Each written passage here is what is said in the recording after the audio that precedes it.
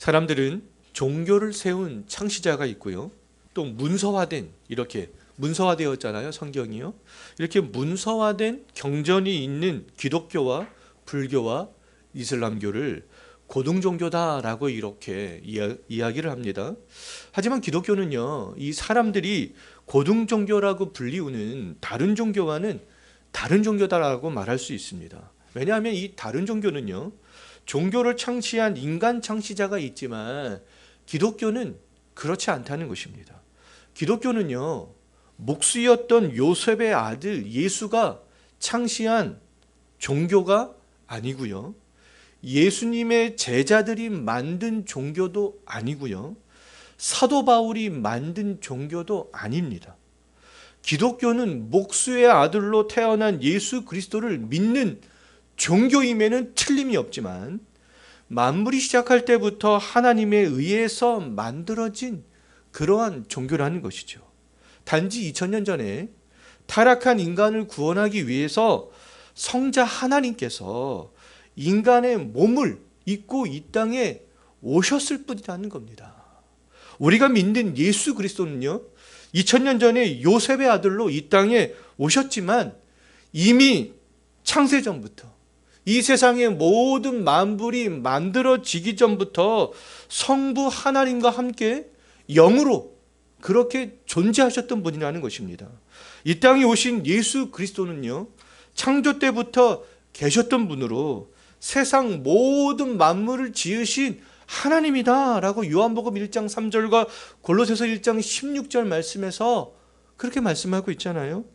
2000년 전에 요셉의 아들로 이 땅에 오신 예수 그리스도는 그러면 신적인 속성과 인간적인 속성을 모두 가지신 분이라고 말할 수 있습니다. 마가복음은 2000년 전에 오신 예수 그리스도가 단순히 우리와 똑같은 그냥 인간이 아니라 하나님 나라를 이 땅에 시작하신 하나님의 아들이라는 그런 사실을 강조하는 그런 성경이 되겠습니다.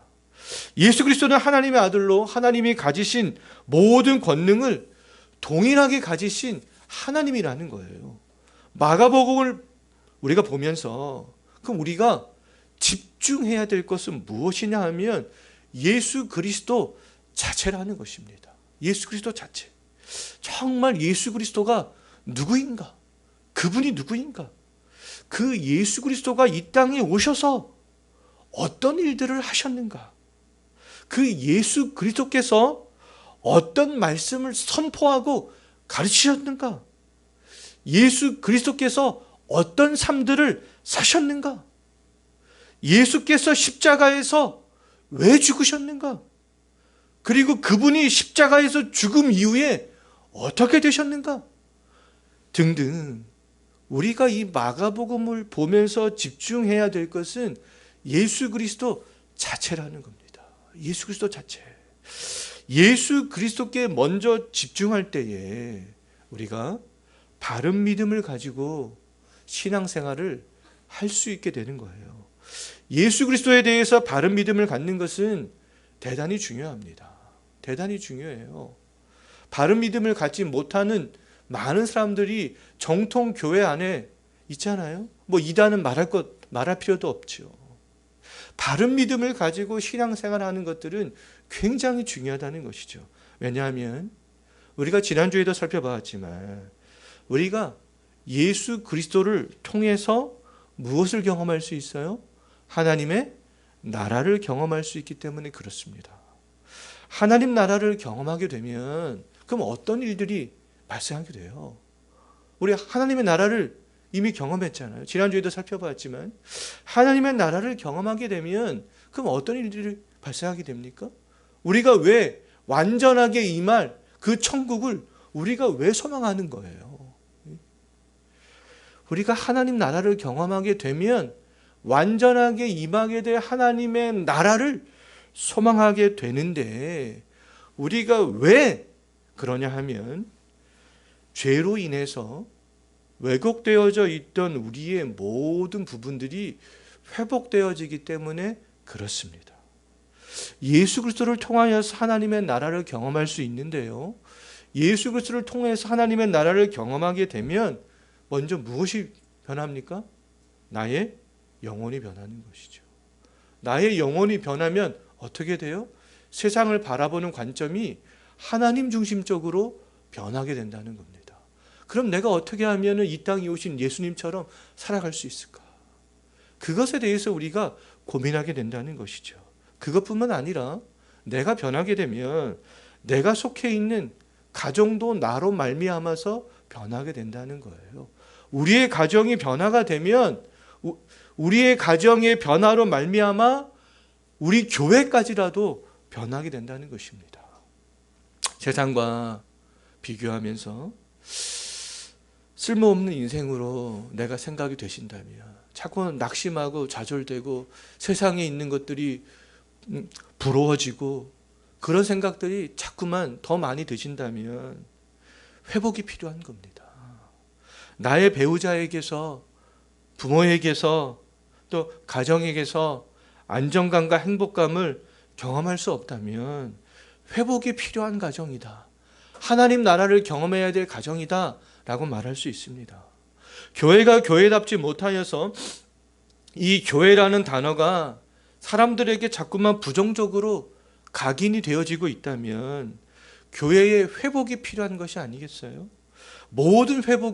이 모든 회복은 어디에서부터 시작한다고요? 예수 그리스도를 통해서부터 시작이 되어진다는 겁니다. 그 예수님을 통하여서 하나님의 나라를 경험할 때 비로소 그 회복이 가능해진다는 거예요.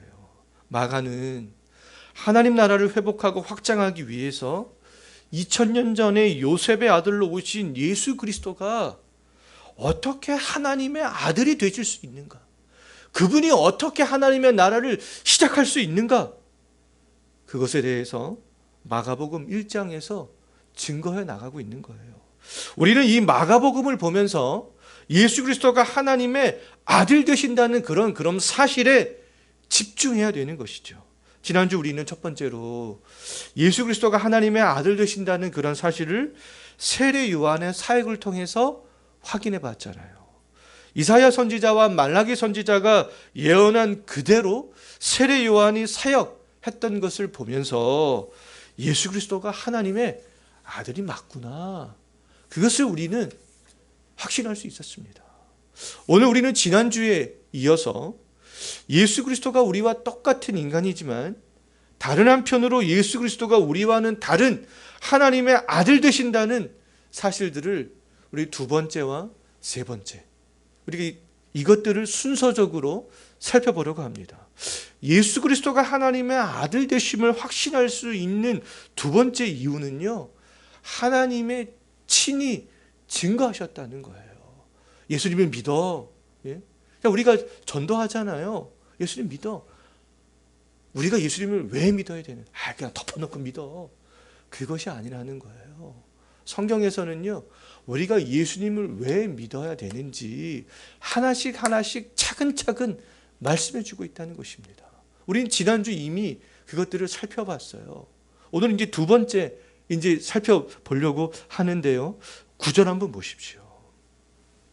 9절을 보게 되면 그때에라고 그렇게 시작을 하고 있잖아요. 그때에란 예수님께서 요단강에 와서 세례 요한에게 세례를 받으실 때를 말씀하고 있는 거예요.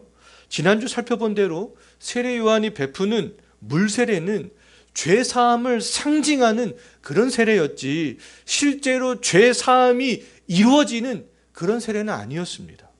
세례 요한이 베푸는 물세례는요, 죄인들이 메시아, 이 그리스도를 소망하면서 받는 그러한 세례였어요. 실제적으로 죄를 사해 주는 세례는 아니었습니다.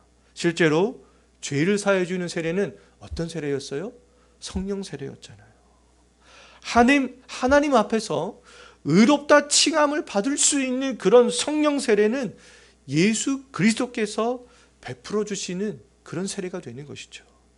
예수 그리스도를 믿을 때 성령의 역사하심으로 받을 수 있는 그런 세례가 성령 세례가 되는 것입니다. 예수님께서는 세례 요한이 베풀 수 없는 세례를 베풀 수 있는 그런 분이잖아요. 뿐만 아니라 죄가 없으시기 때문에 세례 요한에게 죄 사함을 상징하는 물 세례를 받으실 필요가 없으신 분이에요. 그럼에도 예수님께서는 세례 요한에게 물 세례를 받기 위해서 지금 요단강으로 나오셨습니다.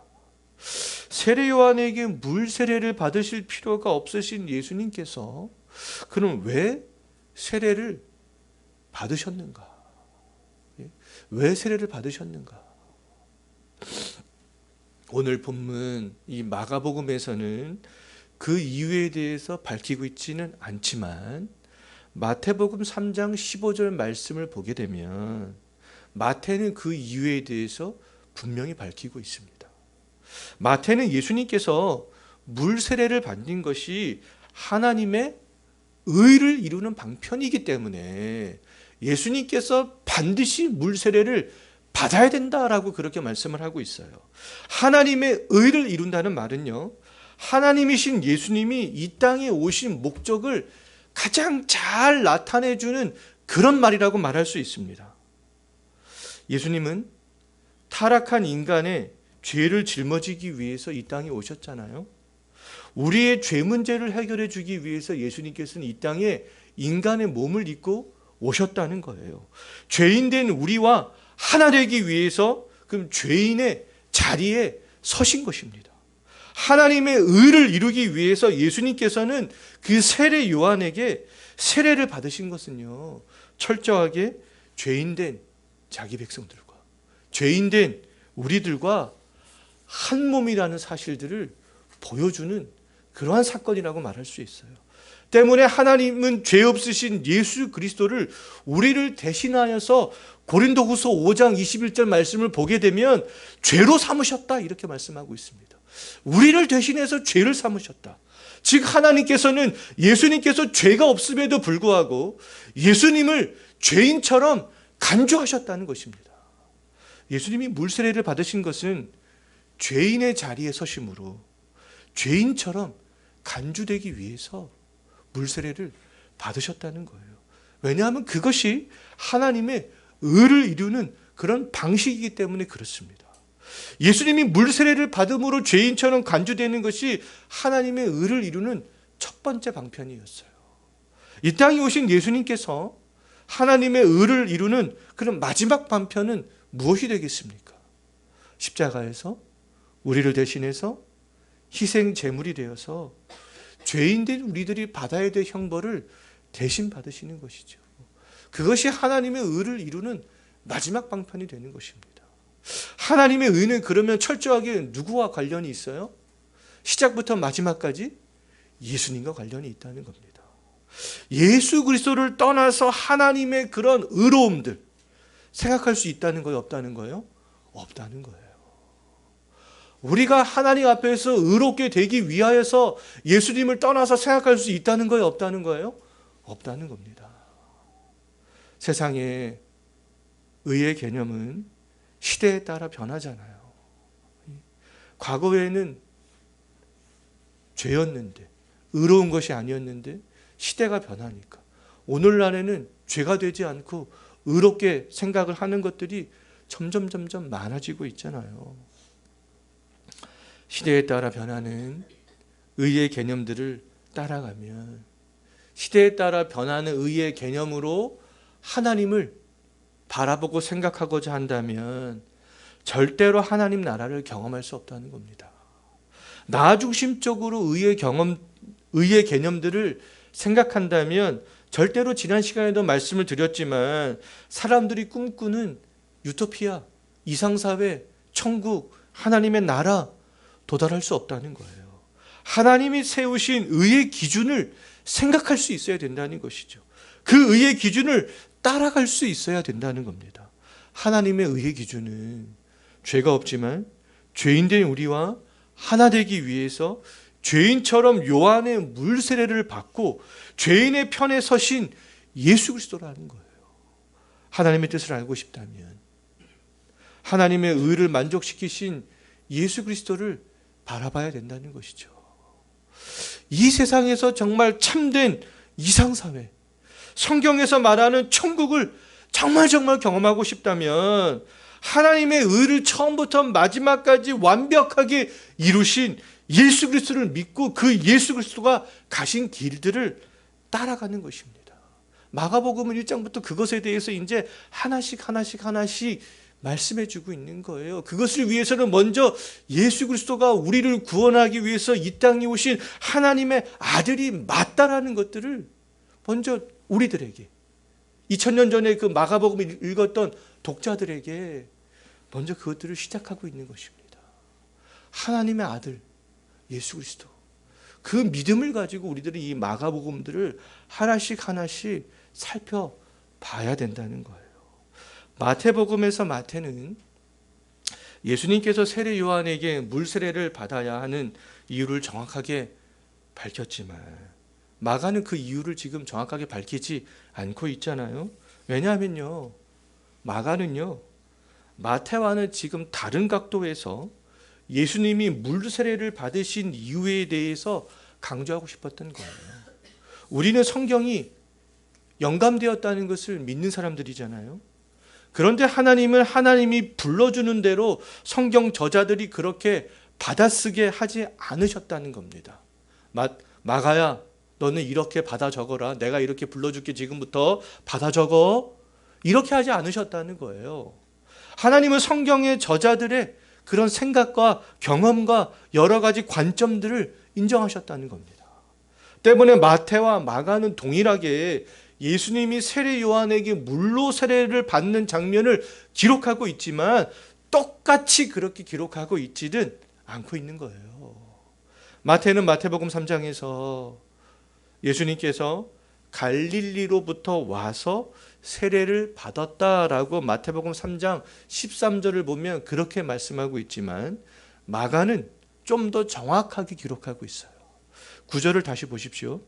마태는 갈릴리 지역만 그렇게 이야기하지만 마가는 갈릴리 어디에서요?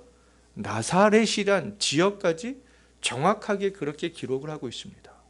나사렛은요, 예수님께서 하나님 나라의 사역을 시작하기 전에 아버지 요셉과 어머니 마리아와 함께 살아가던 곳이에요.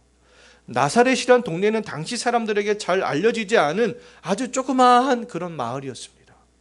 예수님께서는 세례 요한에게 물 세례를 받기 전까지 나사렛에서 목수였던 아버지 요셉과 함께 목수일을 하면서 그렇게 살아갔었어요. 그런데 나사렛에서 살던 예수님이 이제 요단강에서 세례 요한에게 세례를 받는 사건을 통하여서 본격적으로 하나님의 아들로서 그런 삶을 살아가게 됩니다. 예수 그리스도가 하나님의 의를 이루기 위해서 그리고 하나님 나라를 본격적으로 선포하고 알리는 사역을 하기 위해서 이제 세례를 받으셨을 때에 예수님께서는 자신에게 나타나는 이제 특별한 현상을 예수님만 보게 돼요. 그리고 예수님만 특별한 음성을 듣게 됩니다. 어떤 현상과 어떤 음성인가? 10절과 11절 한번 보십시오. 하늘의 갈라짐과 성령이 비둘기같이 자기에게 내려오는 것을 보시잖아요. 9절에서 하늘로부터 너는 내 사랑하는 아들이다. 내가 너를 기뻐하노라 라는 하늘의 음성을 듣게 됩니다. 예수님께서 본 것과 들은 것은 하나님께서 예수 그리스도가 하나님의 아들이라는 사실을 친히 증명해 주는 그런 현상들이었다는 거예요.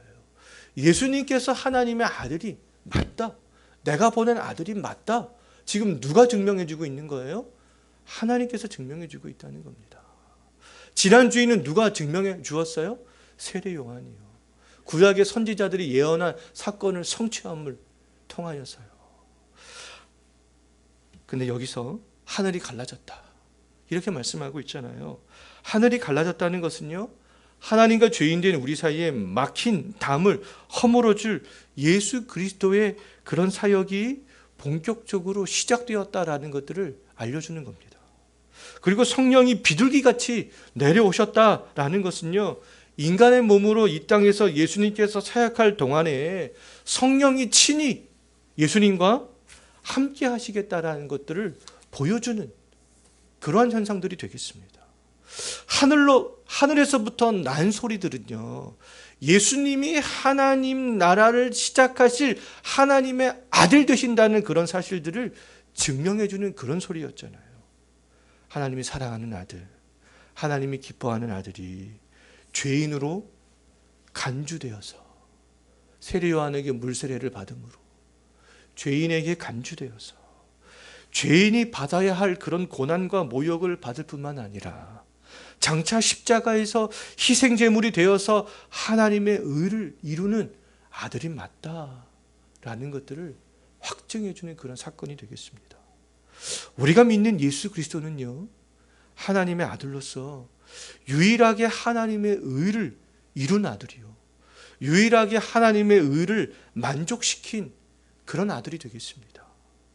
요단강에서 메시아를 대망하면서 세례 요한에게 물세례를 받던 많은 무리들은요, 근데 우리가 이제 마가복음 후반에 가서 보면 알 수 있지만 안타깝게도 나중에 예수 그리스도를 십자가에 못 박으라는 군중들로 돌변하게 돼요. 세례 요한에게 물세례를 받았지만, 그리스도를 소망하면서 물세례를 받았지만, 이들이 이렇게 돌변하게 되는 이유는 하나님의 의를 만족시키기 위해서 이 땅에 오신 예수 그리스도를 하나님의 아들로 믿지 않았기 때문에 그렇습니다. 이들은요, 자기 생각 속에 있는 그런 메시아, 메시아는 이런 분이야, 나에게 이러한 일들을 해 주실 거야, 자기 생각 속에서 구약에서 예언한 그런 메시아를 나름대로 상상하고 있었어요. 이렇게 되겠지,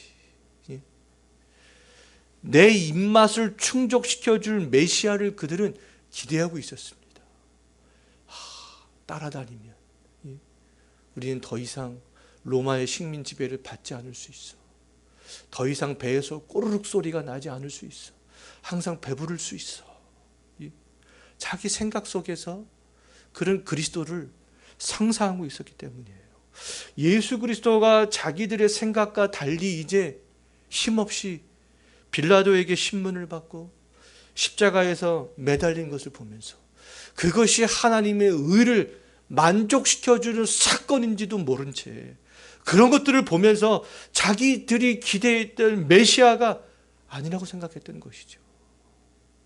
하나님의 아들이신 예수 그리스도가 이 땅에 오신 것은 하나님이 기뻐하는 일들을 하기 위해서 오신 거잖아요. 우리가 믿고 따라야 할 분은 하나님의 아들이신 예수 그리스도요, 예수 그리스도를 믿는 사람들이 추구해야 할 삶의 방식도 예수 그리스도를 따라가는 것이 아니겠습니까? 제자도 예수님의 삶의 길을 따라가는 것. 왜냐하면 그것이 하나님이 기뻐하시는 삶의 방식이기 때문에 그렇습니다.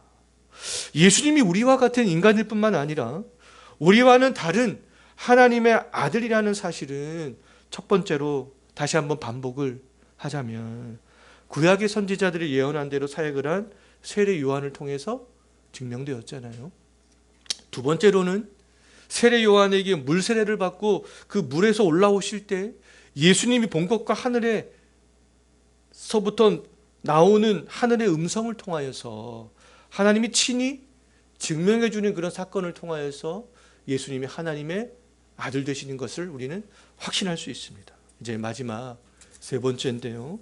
마지막 세 번째는요, 예수님께서 스스로 하나님의 아들인 것을 증명해 보이신다는 겁니다.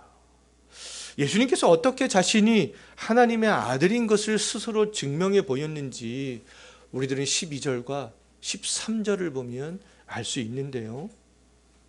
결론부터 말씀을 드리자면 예수님께서는 광야에서 40일 동안 계시면서 사탄의 유혹을 이기심으로 자신이 하나님의 아들 되심을 증명해 보이셨다는 겁니다.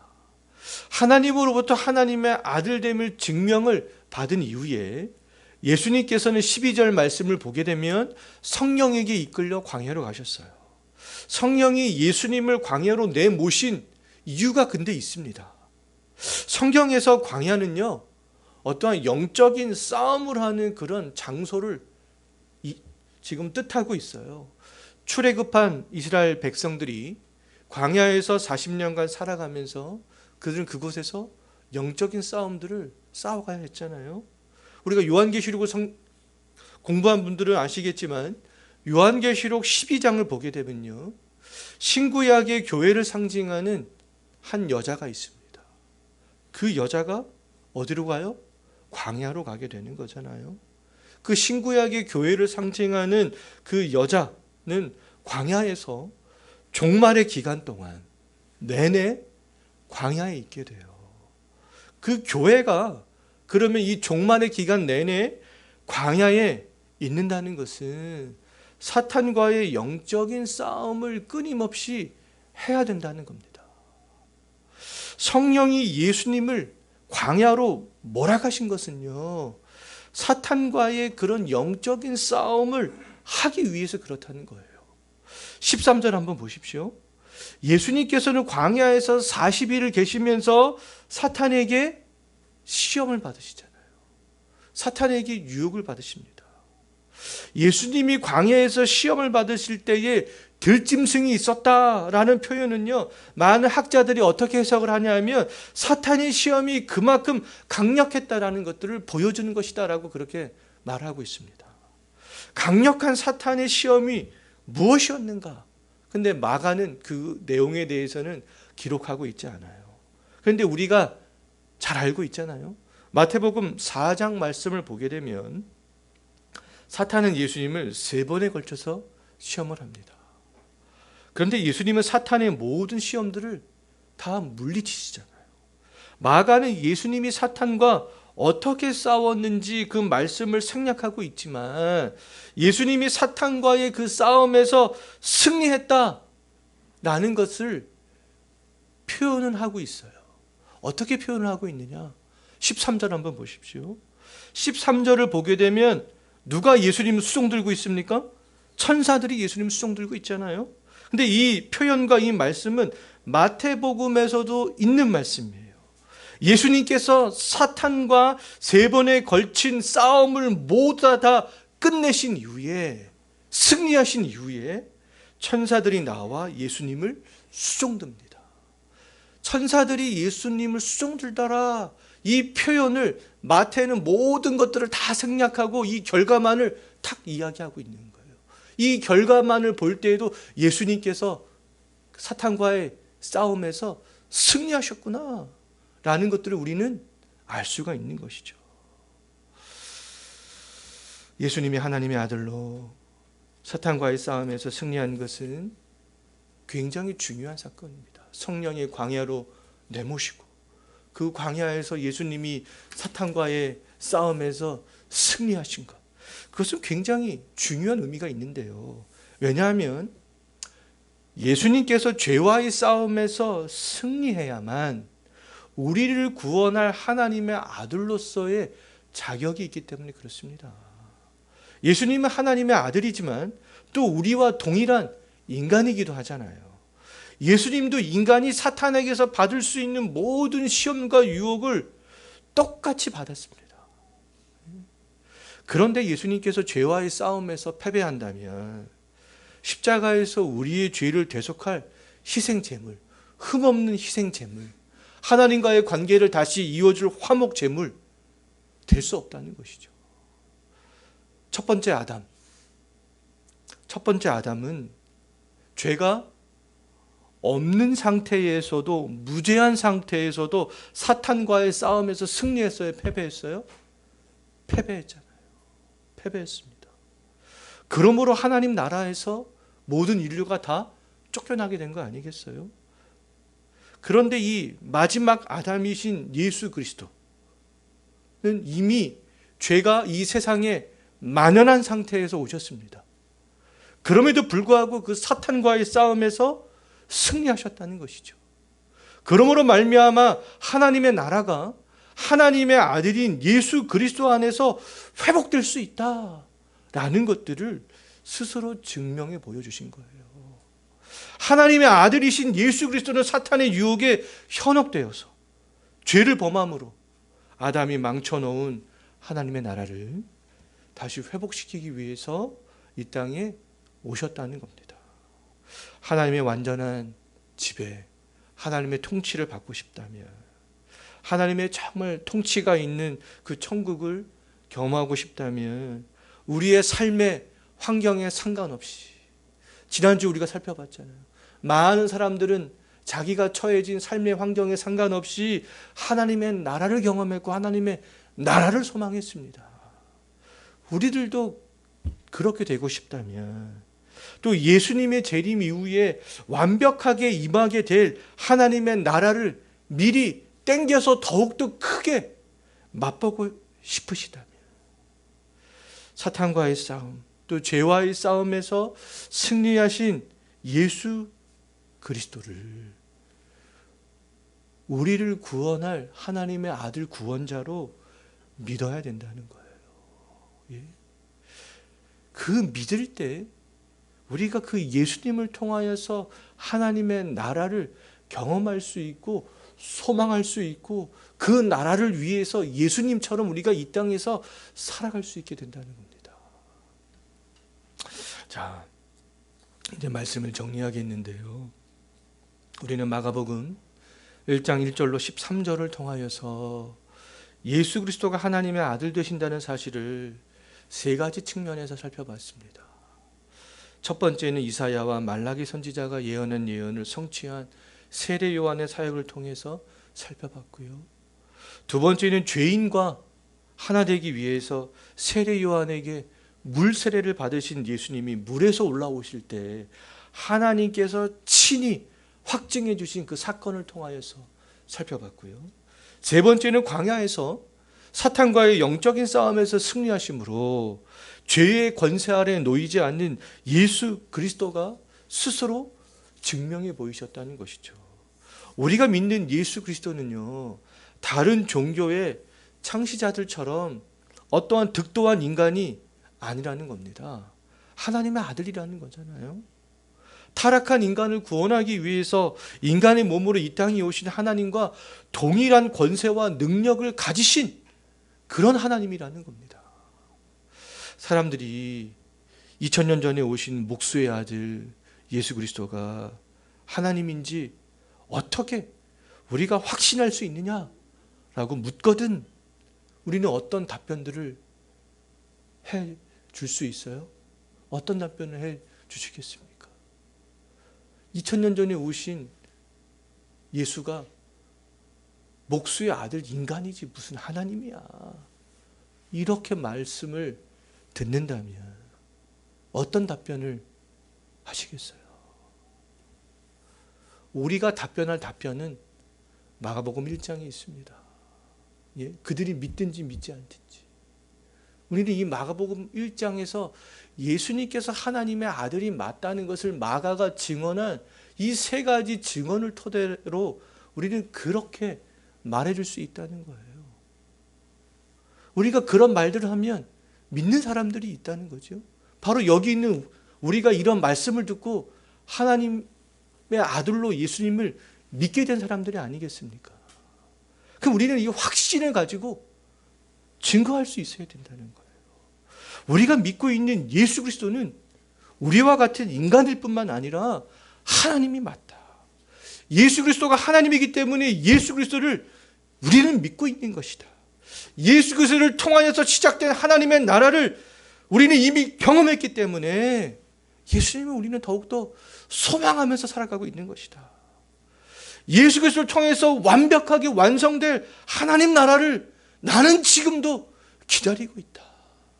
그렇게 말할 수 있는 거 아니겠어요? 이제 다음 주에도 하나님의 아들이신 예수 그리스도를 통하여서 하나님의 나라가 이제 어떻게 본격적으로 시작되고 확장되어져 나가는가, 우리가 이것에 대해서 계속적으로 살펴보도록 하겠습니다. 우리 다 같이 기도하겠습니다.